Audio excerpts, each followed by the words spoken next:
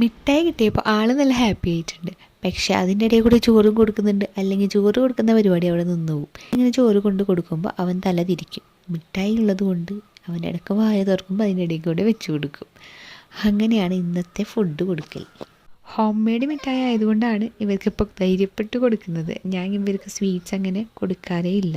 അങ്ങനെ മിഠായിയും മധുരമൊന്നും അധികം കിട്ടാത്തത് കൊണ്ടാണ് കിട്ടിയപ്പോൾ ആളിങ്ങനെ ചോദിച്ചുകൊണ്ടിരിക്കുന്നത്.